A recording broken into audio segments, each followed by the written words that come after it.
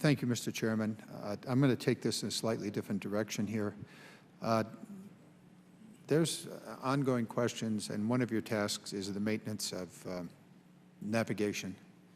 And specifically, does your plan call for recapitalization of the tenders, the buoy tenders?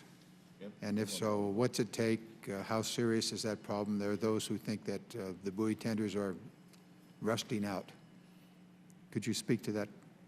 Well, sir, again, there's a couple different classes of vessels. So there's kind of the coastal buoy tenders, which are 225s and 125s. Those have actually have an in-service vessel sustainment program, and they're going, as a matter of fact, I think one up in the Coast Guard yard right now. They're taking care of some of they had an engine control system that had some problems. They're replacing that whole system.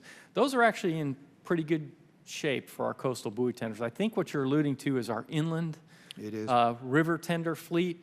A lot of that is really actually quite old. The good part about it is the environmentals there are usually pretty benign. They're in fresh water.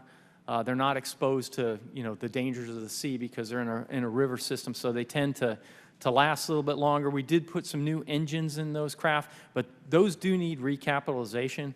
They're not currently in our capital investment plan.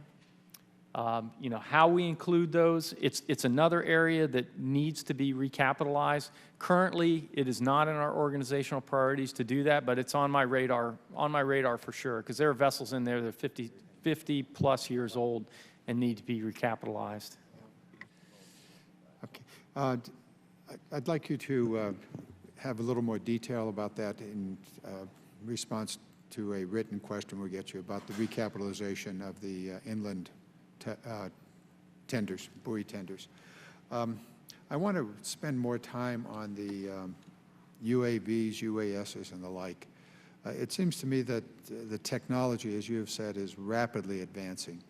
And if we're able to move the Coast Guard more quickly into the utilization of these multiple types of assets, some on the water, some in the air, the satellites, and particularly the coordination with the military, some of which is operating, for example, the new naval systems. I think it's called the Poseidon, the Trident. They'll be operating out there, for example, in the San Diego area, part of it being their testing. And perhaps that information would also be available to the Coast Guard to do multiple tasks, some for the Coast Guard, some for the Navy. So I want to spend time with you on the future of this entire aspect and also where the money is for them. I think that we hit some of this earlier with the NSC, 10th, $500 million. How many UAS or UAV assets could we purchase, the personnel to go with it, and so forth.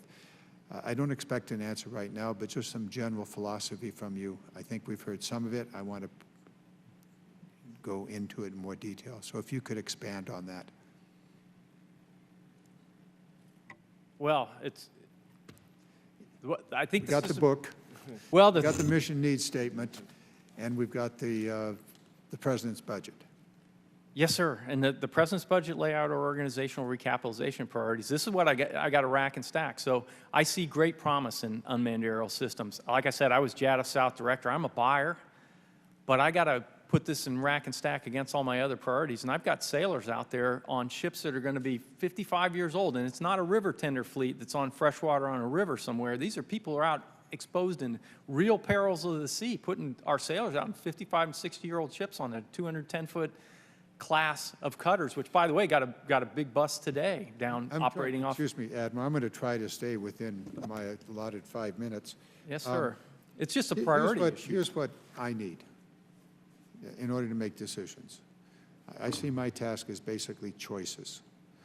And it is not clear to me what the Coast Guard would like to have. There's this thing called need to and like to. I'm going to the need to. I believe that we have to move towards these unmanned vehicles, both marine as well as aerial, and the integration of them into your operation. Presently, it is not, there's a little bit of money in the budget, there's a little bit of thinking about it, but it seems to me that it is not adequately addressed. So for the Coast Guard, for you, what would be the ideal situation, the integration of these types of assets into the ongoing operations? I understand that you've got men and women out there in the ships are old, and there's questions of safety as well as viability. But how much additional money would be necessary to ramp up and then integrate into the Coast Guard operation these new types of assets? They're not really new, but new to the Coast Guard. I understand you're doing some of it today.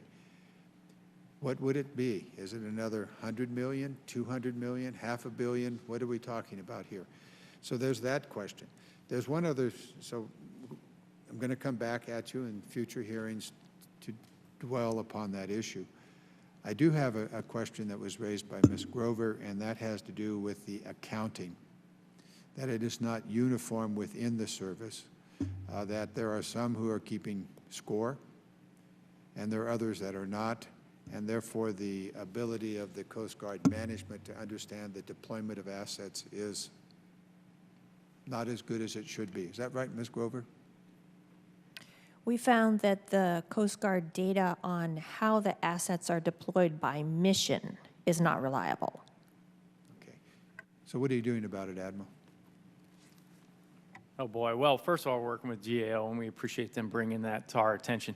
This is part of the baggage of being a multi-mission organization. So when you send any Coast Guard platform out there, almost all of them are multi-mission in nature. And how do you account for an hour spent on PWICs and search and rescue and maritime law enforcement, and it goes all the way down. I mean, and the people who are reporting here, this is not captains or something. These are, you know, the coxswain of the boat who reports how many hours he or she spent doing something in a port. And we can certainly tighten it up. I think the call by GAO for additional input from the operational commanders will help us get the accounting issue.